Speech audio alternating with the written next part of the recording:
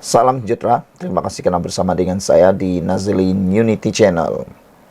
Akhirnya dah terbongkar. Muhyiddin sebenarnya tiada jumlah SD mencukupi jadi Perdana Menteri. Akhirnya terbongkar bahawa pengerusi Perikatan Nasional PN Tan Sri Muhyiddin Yassin sebenarnya tidak pernah mempunyai 115 ahli parlimen yang menyokongnya sebagai Perdana Menteri. Ia dipercayai kerana terdapat pertindihan apabila beberapa ahli parlimen menandatangani SD sehingga 2 atau 3 kali. Kata Perdana Menteri Datuk Seri Anwar Ibrahim, kedudukan Muhyiddin ketika itu tidak jelas kerana dakwaan sudah peroleh 115 akuan bersumpah SD adalah bercanggah. Ia sekaligus mendorong Yang di-Pertuan Agong pada ketika itu untuk membuat semakan semula. Atas sebab itu telah didapati Muhyiddin tidak mempunyai sokongan SD yang mencukupi untuk dilantik sebagai Perdana Menteri selepas pilihan raya umum ke-15 pada November 2022. Apabila kedudukan tidak jelas, Muhyiddin kata ada 115, Anwar kata ada 112, ada orang tanda tangan sekali, 2 kali, 3 kali, ada parti berbeza pendapat. Oleh itu, Tuanku Agong pada waktu itu terpaksa buka semula dan semak untuk yakinkan diri Tuanku. Sebab itu dalam Perlembagaan Persekutuan dikatakan, mengikut pandangan dia atau Agong setelah melihat Tuanku, kemudian Tuanku panggil sidang Majlis Raja-Raja untuk bincang. Katanya kepada media selepas makan tengah hari-hari ini. Anwar yang juga pengerusi Pakatan Harapan PH berkata, Majlis Raja-Raja dan Peguam Negara ketika itu, iaitu Tan Sri Idrus Harun, turut mempertikai jumlah SD berkenan. Setakat saya faham, pandangan Raja-Raja dan Peguam Negara pada masa itu yang dilihat oleh Muhyiddin mengatakan, jumlah itu dipertikai, maka diserah pada Budi Bicara Agong, kata Anwar. Muhyiddin ketika berkempen pada pilihan raya kecil PRK Nenggiri baru-baru ini mendakwa, beliau memiliki 115 SD selepas PRU 15 dan menyatakan bahawa jumlah itu cukup untuk beliau menjadi Perdana Menteri. Namun katanya, beliau tidak dipanggil oleh Tuanku Agong untuk mengangkat sumpah. Perkara ini telah menimbulkan kemarahan berbagai pihak, termasuklah yang terkini, daerah Bentong bakal menyaksikan. Rekod baru dibuat terhadap seorang bekas Perdana Menteri yang mungkin beliau akan terima laporan polis lebih daripada 300 untuk satu-satu isu. Dengan adanya tindakan itu menunjukkan ianya adalah perkara yang sangat besar, membuatkan rakyat gelisah dan tidak berpuas hati. Tindakan Muhyiddin menyentuh 3R. Jadi kini terbukti Anwar Ibrahim telah pun bersuara kali ini. Terbongkar bahawa Muhyiddin sebenarnya tiada jumlah SD mencukupi jadi Perdana Menteri. Sebelum kita berpisah, mohon tinggalkan komen anda, berikan komen yang paling banyak, paling hebat. Jumpa lagi. Salam sejahtera, terima kasih karena bersama dengan saya di Nazilin Unity Channel. Ini kali pertama seorang bekas Perdana Menteri mencipta rekod paling besar di Malaysia, silap-silap hari bulan di dunia. Muhyiddin Yassin, bekas Perdana Menteri ke-8 Malaysia, akhirnya mencipta rekod, bukan rekod biasa-biasa. Ini rekod luar biasa. Apabila Muhyiddin mungkin akan pecah rekod apabila 300 beliau menjadi Perdana Menteri pertama yang akan menerima lebih 300 laporan polis.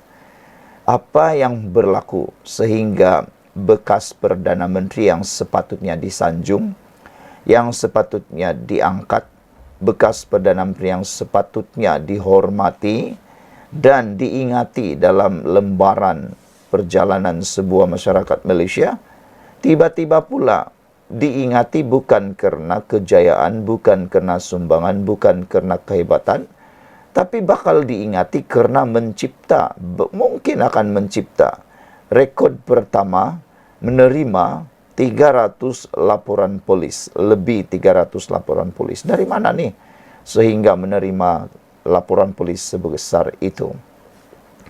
Pengerusi Perikatan Nasional PN Tan Sri Muhyiddin Yassin mungkin menjadi bekas Perdana Menteri Malaysia yang pertama yang dilapor ke polis lebih 300 kali untuk satu-satu isu. Wow, ini hebat.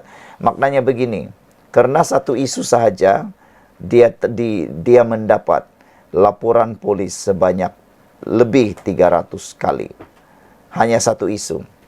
Mungkin ramai Perdana Menteri di seluruh dunia kah, di Malaysia kah, yang menerima laporan polis banyak, tetapi itu mungkin pelbagai isu dikumpulkan baru ada lebih 300. Yang ini dalam satu isu. Isunya adalah berkaitan dakwaan ucapan Muhyiddin dalam kempen PRK Nenggiri seperti memperlekeh dan menghina bekas yang di Pertuan Agong, datang daripada Pahang, yaitu Ketua Duli Yang Maha Mulia di Pertuan Agong, Al-Sultan Abdullah. 300 laporan polis yang dibuat ini berikutan kes. Muhyiddin menyentuh isu 3R, yaitu Raja, Agama dan Kaum, dengan memetik nama yang di Pertuan Agong yang ke-16 ketika berkempen dalam pilihan raya kecil Dun Nenggiri di Gua Musang, Kelantan. Menurut laporan, seluruh penduduk Bentong, Pahang akan membuat kira-kira 300 laporan polis terhadap Muhyiddin berhubung isu tersebut. Penghulu Bentong 1 Muhammad Azizi Khalid berkata, laporan polis pertama telah dibuat olehnya hari ini sebagai pencetus kepada laporan-laporan polis yang akan dibuat oleh setiap wakil kampung di daerah itu. Laporan ini adalah sebagai permulaan dan selepas ini setiap kampung akan membuat kira-kira 13 laporan polis dengan dijangka kira-kira 300 laporan polis akan dibuat dalam masa terdekat. Kami memohon supaya pihak polis membuat siasatan di atas kenyataan ceramah bekas Perdana Menteri ke-8 itu dan diambil tindakan sewajarnya, katanya memetik laporan Kosmo hari ini. Daerah Bentong mempunyai kira-kira 60 buah kampung termasuk Kampung Baru Cina dan kampung orang asli yang difahamkan akan membuat laporan polis secara berperingkat. Penduduk percaya kenyataan yang dibuat bekas Perdana Menteri itu dalam ceramahnya seolah-olah mengatakan yang di Pertuan Agong ketika itu gagal menghormati peruntukan dalam pelembagaan persekutuan. Penduduk percaya kenyataan yang dibuat bekas Perdana Menteri itu dalam ceramahnya seolah-olah mengatakan yang di Pertuan Agong ketika itu gagal menghormati peruntukan dalam perlembagaan persekutuan. Saya percaya bahwa ucapan Muhyiddin itu bersifat fitnah, menghasut, serta dengan jelas menyentuh isu 3R jelasnya lagi. Buat masa ini, Ketua Polis Negara mengesahkan sebanyak 30 laporan polis telah diterima berkaitan ucapan Muhyiddin. Sekian dulu untuk kali ini, jangan lupa tinggalkan komen Anda. Salam sejahtera, terima kasih kerana bersama dengan saya di Nazilin Unity Channel. Mufti pun yakin pendirian Perdana Menteri ke-10 Anwar Ibrahim mengenai Palestin bukan lakonan. Baru-baru ini timbul isu termasuklah daripada pihak-pihak yang tidak senada dengan Anwar Ibrahim ataupun kata lain hater Anwar Ibrahim. Mereka menuduh Anwar Ibrahim kononnya hanya berlakon tentang isu penyelamatan rakyat Palestin yang berawat atau menerima rawatan di Malaysia. Ada yang mengatakan itu hanya tindakan politik untuk meraih perhatian dunia, bagi meraih perhatian masyarakat Islam, bagi meraih undi ataupun perhatian masyarakat pengundi Islam di Malaysia. Ada yang menuduh Anwar Ibrahim melakukan perkara itu. Tapi sebenarnya saudara-saudara sekalian, Mufti pun yakin itu bukanlah lakonan. Pendirian Perdana Menteri ke-10 mengenai Palestin bukan satu lakonan. Mufti Perlis Datuk Dr. Muhammad Asri Zainul Abidin menyifatkan pendirian Datuk Seri Anwar Ibrahim mengenai Palestin datang dari diri Perdana Menteri itu sendiri. Menurutnya, ucapan Perdana Menteri ke-10 pada Muktamar Masjid se-Malaysia untuk Al-Aqsa dan Palestin bukan lakonan politik. Saya hadir ke majlis ini. Saya mendengar ucapan yang amat berhormat Perdana Menteri ke-10. Saya berpendapat, beliau telah mengambil risiko yang besar untuk dirinya, bahkan politiknya demi isu Palestin, kata Mufti tersebut. Jika ia satu lakonan politik, pasti ia bukan lagi sesuatu yang membawa laba yang banyak. Saya percaya dari kenyataan-kenyataan yang sangat tegas dan jelas itu datang dari diri beliau. Katanya menerusi akaun Facebook Dr. Mazza Channel. Terdahulu, Anwar dalam Muktamar Masjid se-Malaysia untuk Al-Aqsa dan Palestin hari ini, antara lain menemplak kenyataan segelintir pihak yang mempersoalkan usaha murni kerajaan membawa rakyat Palestin yang cedera ke Malaysia untuk diberi rawatan. Mengulas lanjut, Dr. Muhammad Asri berkata, Allah lebih mengetahui segalanya. Itulah andaian saya yang tidak terlibat dengan parti politik sesiapa, kata Mufti itu lagi. Pemimpin-pemimpin gerakan Islam yang tidak memegang tampuk kuasa sahaja, yang biasanya bercakap demikian, ujar beliau.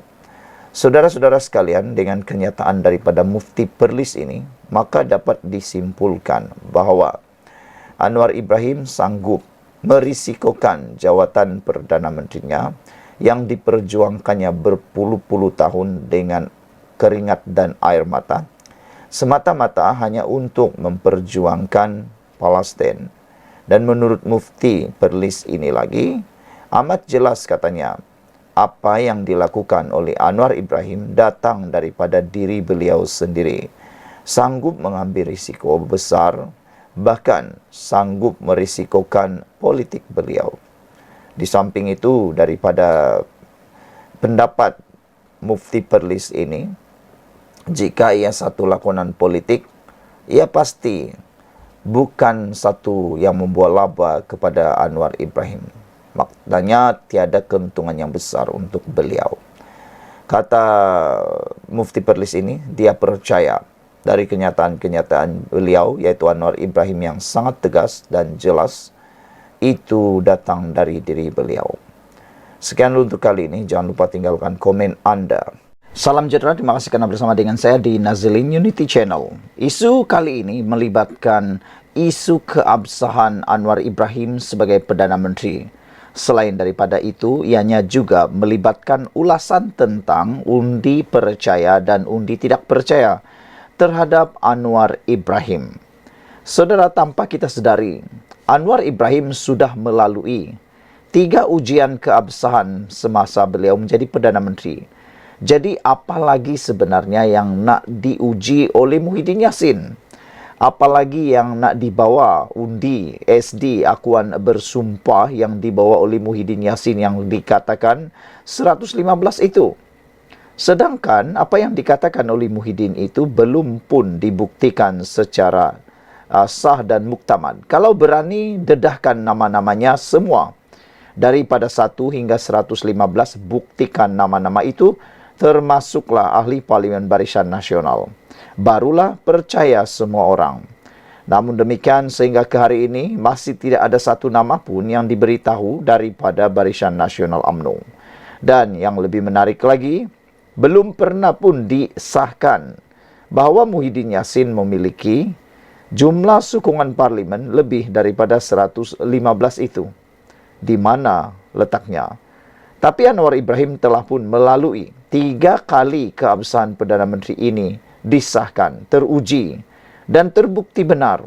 Anwar Ibrahim mendapat lebih daripada majoriti muda di parlimen. Jadi come on lah, move on lah bosku. Jangan lagi ternafsu-nafsu nak membawa lagi SD tersebut, kena sekarang ini sudah ada akta anti lompat parti. Tidak perlu lagi membawa apa-apa perkara yang membawa kepada isu berkaitan keabsahan Perdana Menteri. Sebenarnya sudah 3 kali keabsahan kerajaan Madani yang diterajui Datuk Seri Anwar Ibrahim diuji dan terbukti walaupun pengerusi Perikatan Nasional PN Tan Sri Muhyiddin Yassin membangkitkan isu perakuan berkanun SD yang kononnya dia miliki 115. Tapi Anwar Ibrahim tetap memiliki lebih daripada 115. Jadi di mana sebenarnya, apa buktinya Muhyiddin itu memiliki 115? Sedangkan Anwar Ibrahim sudah teruji di Litar Lumba. Muhyiddin pula belum teruji di Litar Lumba. Nak percaya mana satu? Terpulanglah pada anda. Menteri Komunikasi Fahmi Fadzil berkata, kali pertama keabsahan Anwar Ibrahim sebagai Perdana Menteri ke-10 terbukti semasa usul undi percaya yang dibentangkan pada persidangan pertama Dewan Rakyat pada 19 Disember 2022. Menerusi satu kenyataan, Fahmi yang juga juru cakap Kerajaan Perpaduan berkata, keabsahan Kerajaan Perpaduan sekali lagi terbukti apabila Belanjawan 2023 diluluskan pada 9 Mac 2023. Bermakna apabila belanjawan itu diterima, makanya Anwar Ibrahim sah memiliki jumlah yang cukup sebagai Perdana Menteri. Belanjawan pertama yang dibentangkan di bawah pentadbiran Kerajaan Perpaduan diluluskan di Parlimen itu selepas majoriti ahli Dewan Rakyat menyatakan sokongan pada rang Undang-Undang RUU Perbekalan 2023. Bukti ketiga jelas, Fahmi, ialah apabila Dewan Rakyat pada 2 November 2023 meluluskan rang Undang-Undang RUU Perbekalan 2024. Belanjawan 2024 selepas RUU itu selesai dibahaskan di peringkat dasar. RUU Perbekalan 2024 itu diluluskan menerusi undian suara. Ketika sesi mesyuarat dipengerusikan yang dipertua Dewan Rakyat Tan Sri Johari Abdul. Tiada pertikaian lagi. Move on lah, come on, tegas Fahmi lagi. Sebelum ini, Muhyiddin telah membuat kesekian kalinya membangkitkan sekali lagi isu SD, walaupun Anwar telah membuktikan sokongan terhadapnya di Dewan Rakyat. Semasa kempen PRK Nenggiri beberapa hari yang lepas, Muhyiddin mendakwa dia memiliki 115 SD selepas PRU 15. Dan dakwanya, jumlah itu cukup untuknya dilantik, maafkan saya, menjadi Perdana Menteri. Tapi ramai yang percaya. Tapi sekarang ini dengan pendedahan seperti ini, kita makin meragui. Sekian untuk kali ini. Jangan lupa tinggalkan komen Anda, tekan butang subscribe. Jumpa lagi.